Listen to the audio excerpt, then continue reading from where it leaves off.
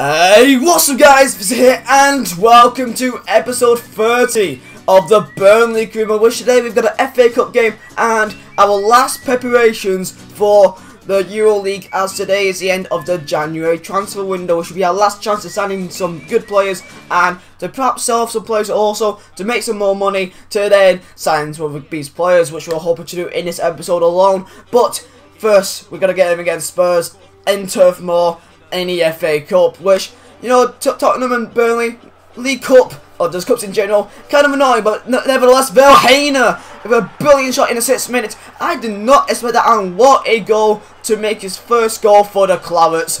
Vizeh, take a ball, son, because I did not expect that, and it was a very good finish off him. But yeah, Tottenham and Burnley in the cups, yeah, Tottenham kind of take the piss a bit. Nevertheless, Doumbia has a shot there because Doumbia always goes to Spurs. And then down into the other side of the pitch, which it cuts inside and gets fouled, which will be a penalty. And you have a brilliant chance to take the lead, to get a goal cushion before the half-time whistle. And who else is going to step up for it? Other than Danny Ings. He waits his moment, takes a shot, and he goes to the right side of the net and makes it 2-0 before half-time. And this was brilliant because in the FA Cup we want to do well because you do get a lot of money for the FA Cup, and it would be nice to do well in one of the cups at least. But I don't think we've actually done that well in last season or really this season.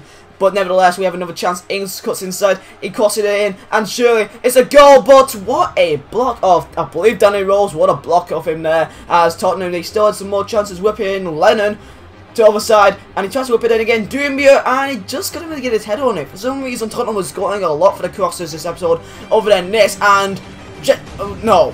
Whoa, no, Doumbia, don't you? Okay, of course he whips it in, and unfortunately no one's in there. But Butland, what were you doing there? I mean, I hate it when that happens as FIFA. That goalkeepers just seem to forget that there's a football that you're supposed to pick up.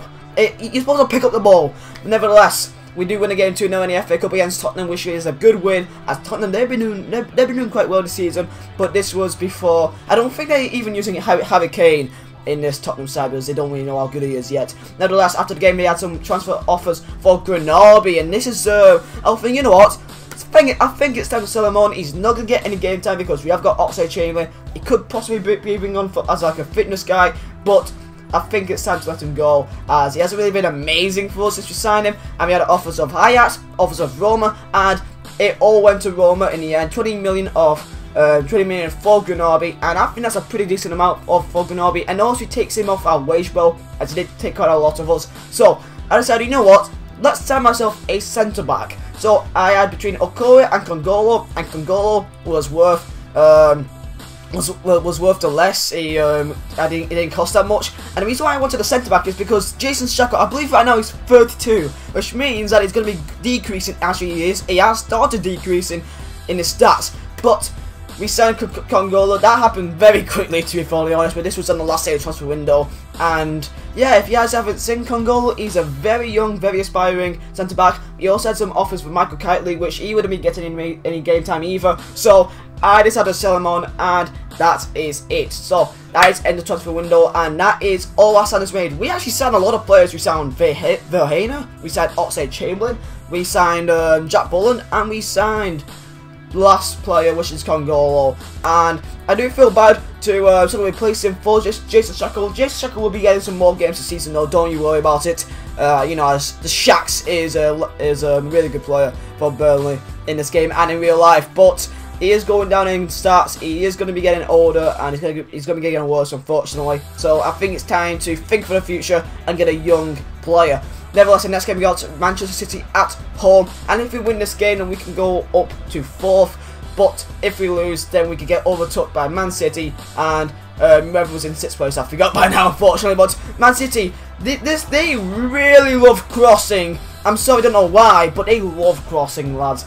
I took a cross there, Ings to Jones. Jones could get a goal there, but it was just saved off Joe Hart. And that was really our only actual chance. They had another chance at the end of the 45th minute as Cavani down the wings, again another cross, and he just couldn't get a head on it. And then took the 50th minute until Zabaleta down the wings again as they whip it in, and Cavani hits the post off a header. And we're getting lucky right now. They hit the post, Cavani again, he hit the bar, and we are getting so lucky right now that I think that was it of the game. We didn't even have many other chances of the game, and Man City, they probably did deserve to win. They did have more of the better chances in the game, but I'll take a draw. 0-0 draw. Wasn't the most entertaining of games, but you know what? Sometimes you just got to do it, and you just got to take one for the team and just think, you know what? Let's just not fucking score any goals, because I don't want to concede any, and we got 1 point under the bag against a very good team in the Premier League. And in the next game, we got a game against Hull City at the KC Stadium. I really like the KC Stadium for some reason. I know something about it, like if I wasn't a Burnley fan, then I'll most likely use the KC Stadium as my ultimate team stadium, because I really like it. But nevertheless, with that said, game against Hull City at the KC Stadium, and this is the table as it's looking through now. We're currently 8th because Man City did have a game in hand, but Everton, Man City and Arsenal all 1 point through. You know, only 1 point difference, so we can still make it up very easy, as Ings just couldn't get the goal, they cut inside, and we did have another chance. Actually, we didn't have another chance, because look at this, lads.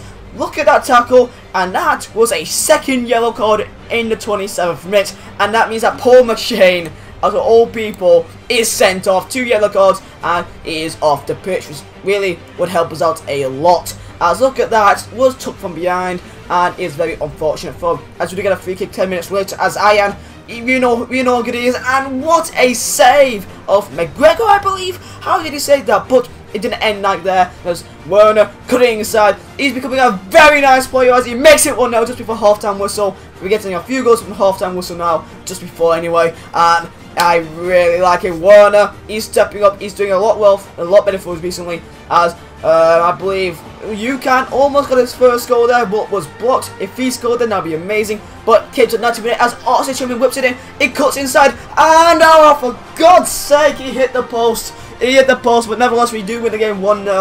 Oh, they didn't really have many chances in the game, but neither did we, and it does end 1-0. Werner with the winning goal, and that is another 3 points underneath our bag.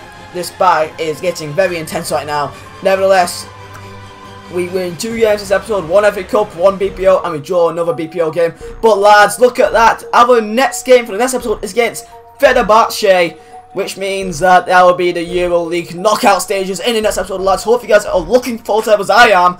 And that they are a very good opponent, so this is going to be very interesting. Nevertheless, lads, we're currently 7th place in the BPO table with only Everton 5th place, same points, and Southampton only 4 points ahead of us in 4th place. So hopefully we can do well in this table, and we can at least make it to 4th place. That is my goal for the BPO this season. But nevertheless, lads, hopefully you guys enjoy. Make sure to smash the like button if you guys enjoy. Thank you guys for watching. My name is Vizeh, and I'll see you next.